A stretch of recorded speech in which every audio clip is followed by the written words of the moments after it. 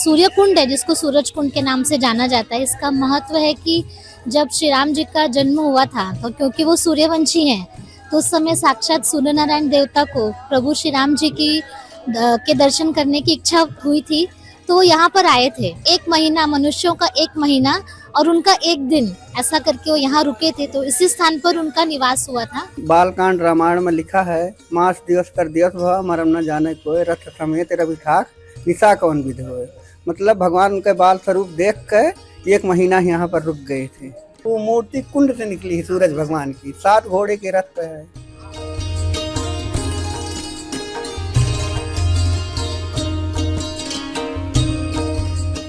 इस समय हम अयोध्या नगरी की सूरज कुंड में खड़े हैं। आप देख सकते हैं कि यहाँ का जो परिसर है वो उसका भी बहुत अच्छी तरह से सुशोभीकरण किया हुआ है। सूरज भगवान का मंदिर है, ये सूरज कुंड है।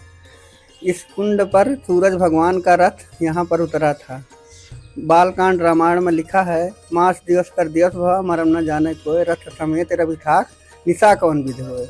मतलब भगवान उनके बाल स्वरूप देख कर 1 महीना यहाँ पर रुक गए थे। 1 महीना अपन चक्कर दिए भूल गए। 1 महीना का दिन 1 दिन भा रात ना रही है। सुबह मतलब भगवान का नहलाया जाता है, पूजा पाठ होता है, आरती भी होती है तभी। तो इस मंदिर और इस परिसर के बारे में हम आज जान के लेंगे श्रीमती शिप्रा जुएकर से। वो लंबी समय से अयोध्या से जुड़ी है। शिप्रा जी, इस मंदिर के बारे में और इस परिसर के बारे में आप क्या कहेंगे? आप बहुत पहले से इस मंदिर को देखते आ रही है, दर्शन करने आ रही है, आपको क्या लगता है? जी, हमारा बचपन यही अयोध्या में ही बीता है। सूर्य कुंड है जिसको सूरज कुंड के नाम से जाना जाता है। इसका महत्व है कि जब श्री राम जी का जन्म हुआ था तो क्योंकि वो सूर्यवंशी हैं तो उस समय साक्षात सूर्य नारायण देवता को प्रभु श्री राम जी के दर्शन करने की इच्छा हुई थी, तो वो यहाँ पर आए थे। तो यहाँ पर वो कम समय के लिए थे, परंतु राम जी की छवि देखकर उनकी इच्छा हुई और बहुत समय तक उन्होंने, मतलब 1 महीना, मनुष्यों का 1 महीना और उनका 1 दिन, ऐसा करके वो यहाँ रुके थे, तो इसी स्थान पर उनका निवास हुआ था। कालांतर में ये निवास भी खत्म हो गया और यहाँ पर आक्रमण भी हुए, परंतु 400 वर्ष पूर्व दर्शन सिंह नाम के जो राजा थे, दर्शन जी, तो वो उनको कुष्ठ रोग था पूरे शरीर में, तो वो आखेट यानी शिकार करने के लिए यहाँ आ रहे थे। तो उनको एक जगह बहुत प्यास लगी, लेकिन यहाँ पर बहुत बड़े क्षेत्र में वन ही वन था, पानी कहीं मिल नहीं रहा था। तो उनके सेवक ने यहाँ पर एक छोटा सा गड्ढा देखा और उस गड्ढे में से पानी लेकर वो दर्शन राजा जी के पास गए। तो दर्शन जी ने जैसे वो जल ग्रहण किया तो उनके पूरे हाथ का कुष्ठ रोग चला गया। तो उनको बहुत आश्चर्य हुआ और उन्होंने पूछा सेवक से कि कहाँ से तुम ये जल लाए हो। तो सेवक ने डरते डरते बताया कि जल तो कहीं मिला नहीं, एक गड्ढा था उसमें से हमने ये जल लिया है। तो दर्शन जी ने वो यहाँ आए गड्ढे में, उन्होंने पूरा लोटपोट होकर अपना पूरा शरीर उस जल से भिगो लिया, तो पूरे शरीर का कोढ़ उनका चला गया।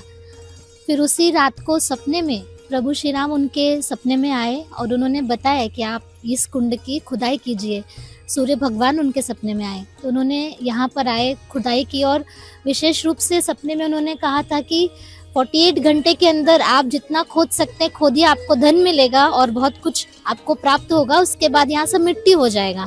तो उन्होंने 48 घंटे में, 48 घंटों में यहाँ पर पूरी खुदाई की और खुदाई में एक सूर्य भगवान की स्वयंभू मूर्ति मिली जो कि काले पत्थर में है और 7 घोड़ों के रथ पर विराजमान है। वो मूर्ति आप मंदिर में आज भी देख सकते हैं। तत्पश्चात ये कुंड हुआ।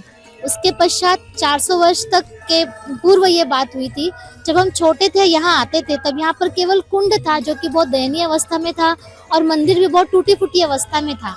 परंतु आज हम देख रहे हैं कि कितना अच्छा भाविकों की व्यवस्था यहाँ की गई है और इसको बहुत अच्छे तरीके से व्यवस्था यहाँ पर मेंटेन की गई है।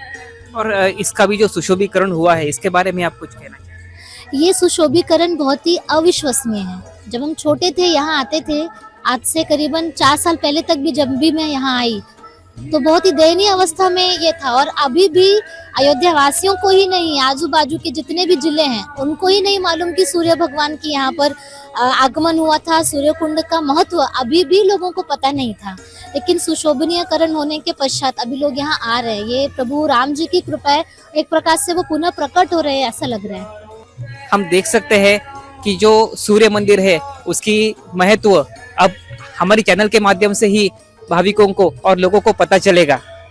और इसी प्रकार अयोध्या जी में बहुत सारे मंदिर है जिसका बहुत ही प्राचीन महत्व है।